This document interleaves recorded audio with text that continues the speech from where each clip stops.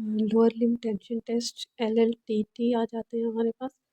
Lower limb tension test में हमारे पास main ही nerve आ जाती है शैटिक नर्व, जिसको हम स्ट्रेच कर सकते हैं। तो शैटिक नर्व की स्ट्रेचिंग के लिए, उसकी टेंशन के लिए हमारे पास जो पोजीशन बनती है, पेशेंट जो है वो स्पाइन पोजीशन में होता है, हम SLR कराते हैं, स्ट्रेट लेग रेजिंग। साथ हम हिप जॉइंट पे एडिक्शन करा रहे होते हैं, इंटरनल रोटेशन होती है हिप जॉइंट की, और एंकल डॉर्सिफ्लेक्शन में होगा। और अगर हमने शैटिक नर्व की किसी ब्रांच की करानी है, जैसे टिबियल है, पेरोनियल है या सूरल की करानी है, तो उसमें थोड़ी सी पोजीशन चेंज हो जाती है।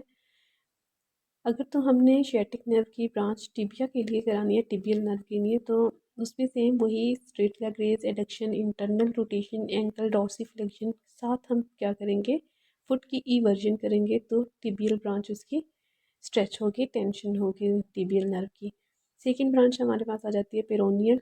पेरोनियल में सेम वही पोजीशन, पेशेंट स्पाइन में है, SLR करानी है, एडक्शन है, इंटरनल रोटेशन है। अब एंकल की प्लांटर फ्लेक्शन करानी है, साथ ही इन्वर्जन करानी है फुट की, तो पेरोनियल जो ब्रांच है वो हमारे पास स्ट्रेच होगी।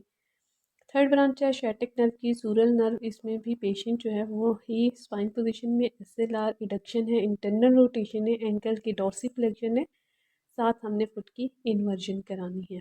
ये हमारे पास मॉडिफाइड फॉर्म होगी लोअर लिम्ब टेंशन टेस्ट की।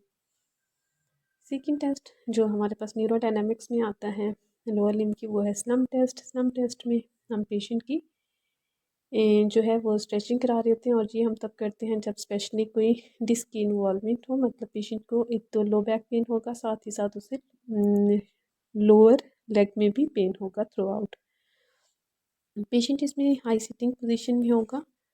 हाई सीटिंग के साथ हमने अपर लिम्ब की ये पोजीशन जो है वो एक्सटेंशन में करानी है। वो बैक, अपनी बैक पे ही दोनों जो हैंड्स हैं वो लॉक कर लेगा। लंबर स्पाइन पे फ्लेक्शन है, सर्वाइकल स्पाइन पे फ्लेक्शन है, हिप भी 90 डिग्री फ्लेक्स्ड है, नी हमारे पास फुली एक्सटेंडेड है, एंकल की डॉर्सी फ्लेक्शन है। तो इस तरह ये फुली स्ट्रेच आता है हमारे पास न्यूरोडायनामिक्स में।